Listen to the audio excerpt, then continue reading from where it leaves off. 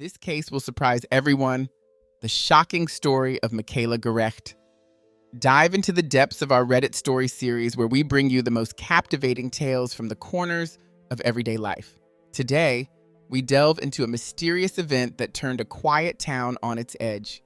Join us as we reveal the twists and turns of this intriguing case, the investigation that followed, and the courtroom drama that brought unexpected truths to light. Don't forget to hit that subscribe button and give us a like to keep up with more stories that make you think, question, and wonder about the world around us.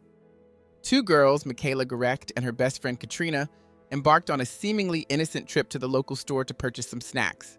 This routine outing, however, was destined to take a dramatic and dark twist, unraveling a series of shocking events over the years that followed, each twist more unbelievable than the last. The ending of their story, particularly, was startling and unexpected. Michaela was born on January 24th, 1979, in Oakland, California. She was the long-awaited first child of her parents, who had spent 5 years hoping for a child. Her arrival was a joyous occasion in the family. Eventually, Michaela's family expanded with 2 more children, and they moved to Hayward, a quieter, more serene location ideal for raising a family. Growing up, Michaela was a vivacious and cheerful child. She loved spending time with her siblings and was inseparable from Katrina, her best friend who lived just across the street. The two girls were a common sight in the neighborhood, often seen playing and visiting each other's homes. On November 19th, 1988, a special day that marked the beginning of their Thanksgiving break, Michaela, then 9 years old, and Katrina were filled with excitement. They spent the morning running between their houses, trying on different outfits for a school performance scheduled after the holiday. That morning, Katrina's father gave her $1.05 to buy some candy, sparking a plan for a small adventure. The girls approached Michaela's mother, asking for permission to go to the nearby store on their own for the first time. The store was less than a mile away, but the idea of the girls going alone was enough to make Michaela's mother hesitant. She had always been particularly protective of Michaela, considering her their miracle child, born after years of anticipation. The girls had visited the store numerous times before, but always under the supervision of family or older neighborhood kids. After a bit of persuading, she relented, setting strict conditions. They were to buy the candy and return directly home. Confident and excited, the girls prepared for their trip. They decided to ride their scooters to the store for a quick journey. Michaela dashed back to Katrina's house where they planned to use 2 identical scooters, one Katrina's and the other borrowed from her brother. Setting off on their small adventure, unaware of the unexpected turns their day was about to take, the girls visited the store, leaving their scooters just outside as they entered to make their purchases. Excited by their little outing, they spent some time selecting their treats, oblivious to the world outside. When they finally emerged, laden with candy, they became engrossed in a lively conversation about their school performance and momentarily forgot about their scooters. As they began their walk home, it dawned on them that they had left their scooters behind. Alarmed, they hurried back to the store, hoping to find their scooters right where they had left them. However, to their dismay, Michaela's scooter was nowhere in sight. Believing it might have been inadvertently moved, they split up to search more efficiently, circling the store from opposite sides. Michaela's search led her through the parking lot, where she soon spotted her scooter, oddly placed beside a parked car a few yards from the store's entrance. She approached it, relief turning to curiosity about its odd location, but as she reached for her scooter, a chilling scream pierced the air. Katrina, hearing the scream, dashed back around the store and was met with a horror. Michaela's father, in a state of shock, joined by Katrina's father, rushed to the store. There, they were met by a flurry of police activity. Michaela's father was instructed to remain at home by the phone, ready for any call that might bring news about his daughter. The investigation began under challenging circumstances. The area around the store had no surveillance cameras, and Katrina, the sole eyewitness, was too shaken to provide a coherent account immediately. Allowed to go home with her father to recover, she was in deep shock, her details scant and fragmented. The first substantial lead came from the store cashier, who recalled seeing a suspicious man loitering around the store earlier that day. She described him as a white man around 30 years old with a distinctive mustache. He had parked his car and exited, but rather than entering the store, he had lingered outside, peering through the windows and seemingly watching the girls. The cashier suspected his intentions might have been corrupt, possibly planning a robbery. The suspect had arrived in an old maroon sedan, the details of which remained vague. Both the model and the license plate were unclear. Following the harrowing incident, the police quickly gathered descriptions and worked with a sketch artist to produce a composite image of the kidnapper. This image, along with the details of his vehicle, was promptly shared with the media, igniting widespread shock and concern across the city and beyond, as citizens grappled with the reality of such a bold crime occurring in a bustling area. The police also disseminated the sketch and car description to hundreds of patrol officers throughout the county, instructing them to be on the lookout for any vehicle that matched the description. Officers were vigilant, stopping similar vehicles in hopes of a breakthrough that would lead them to the abducted girl. Meanwhile, the focus of the investigation shifted momentarily as Michaela's scooter, recovered at the scene, was sent to forensic experts for thorough examination. Investigators speculated that the kidnapper had observed Michaela and Katrina as they arrived at the store and had strategically moved one of the scooters closer to his vehicle to expedite the abduction. This assumption led them to believe that his fingerprints might be found on the scooter. Their hunch proved correct when they discovered a fingerprint that did not match either Katrina or her family. However, the fingerprint analysis faced a significant hurdle. It was only a partial print, complicating the matching process in the database. At the time, forensic technology was not as advanced as it is today, limiting the investigators to direct comparisons with prints of known suspects. By the evening following the abduction, the complexity and severity of the case prompted involvement from the FBI, particularly as there had been an alarming increase in child disappearances, not just in Hayward, but also in nearby cities. The FBI considered the possibility that Michaela's disappearance was linked to these other cases, heightening the urgency of their efforts.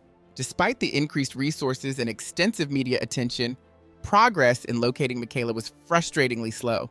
Her parents, especially her mother, were devastated. The guilt of allowing her daughter to go to the store weighed heavily on her.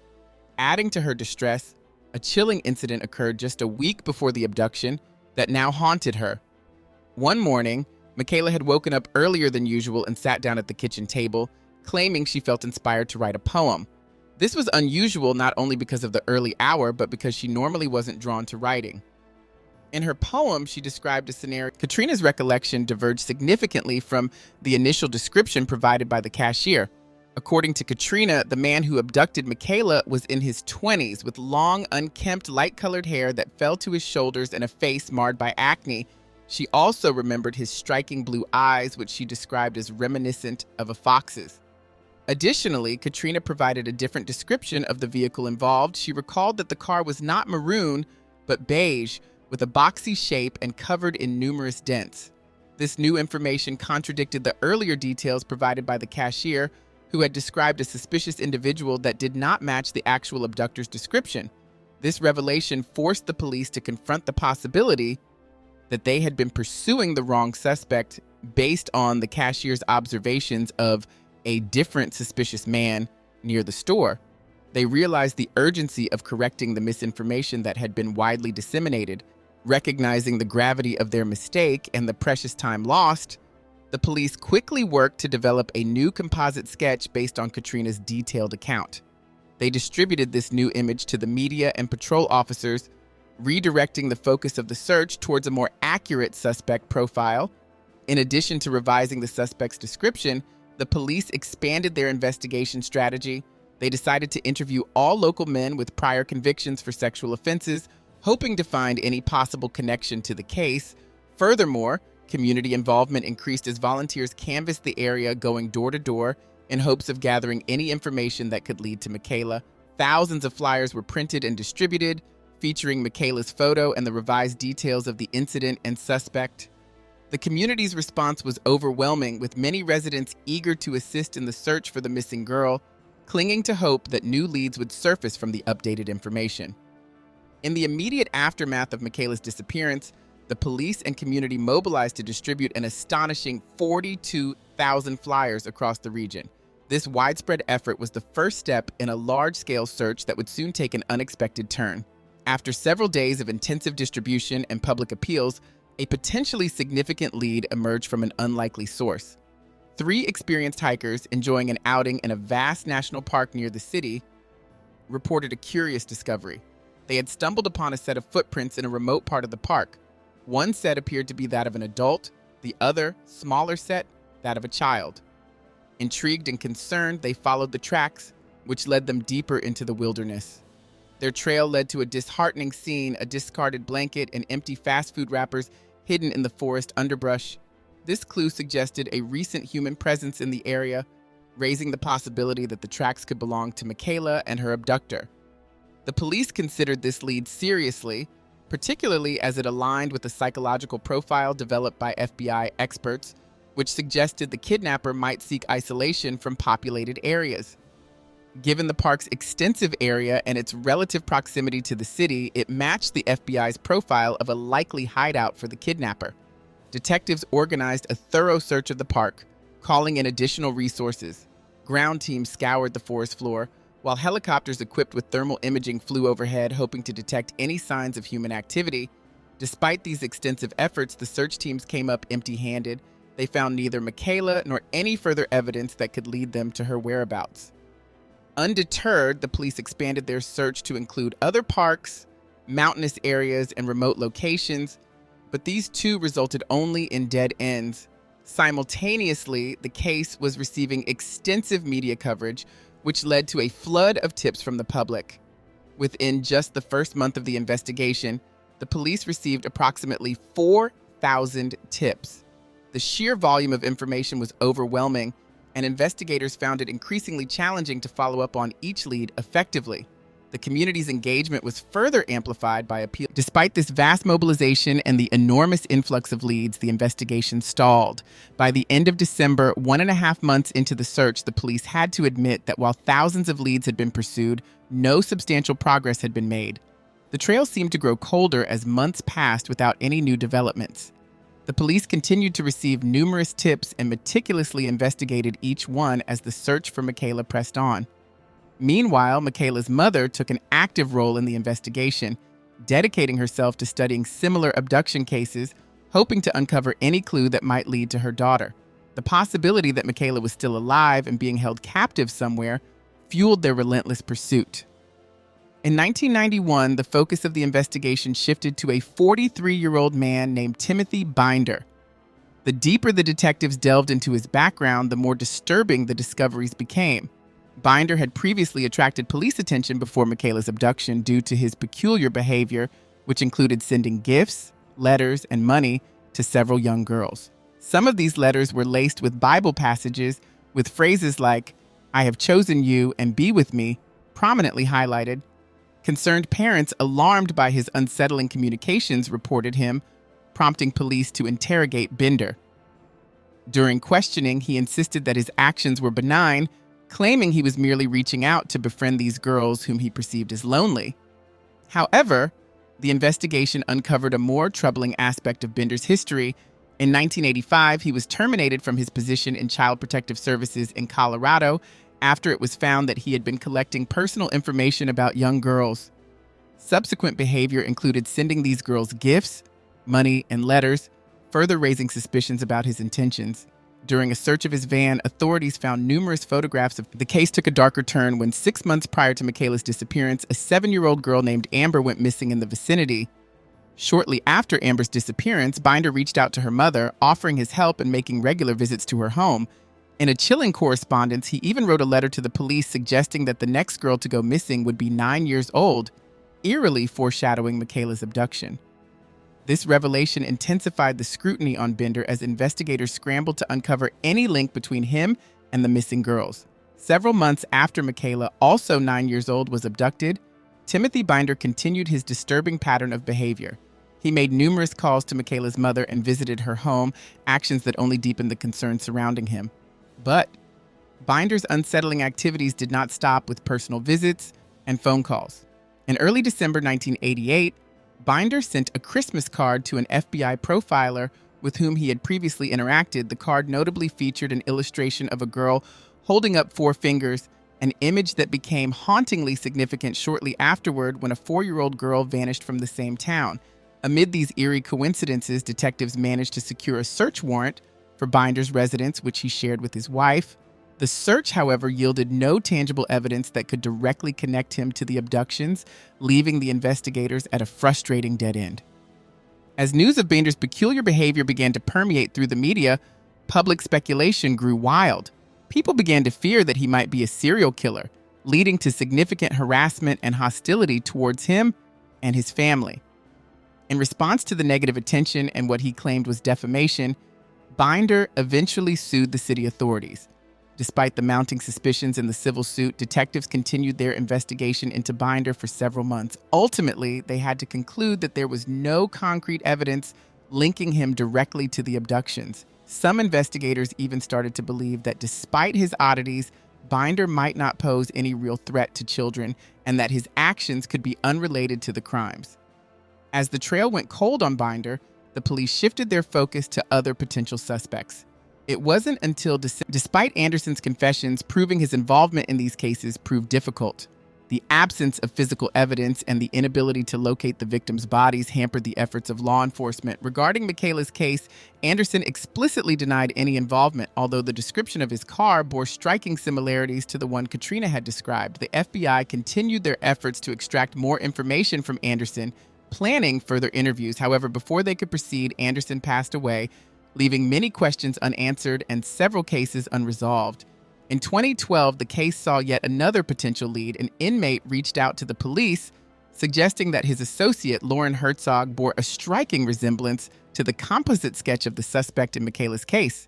Detectives were particularly interested in this lead as Lauren and his partner had previously been convicted for a series of murders they committed together. This new information rekindled hopes of finally solving the lingering mystery of Michaela's disappearance. Lauren Herzog and his partner were implicated in the deaths of 19 individuals, though only a fraction of these accusations were substantiated by concrete evidence.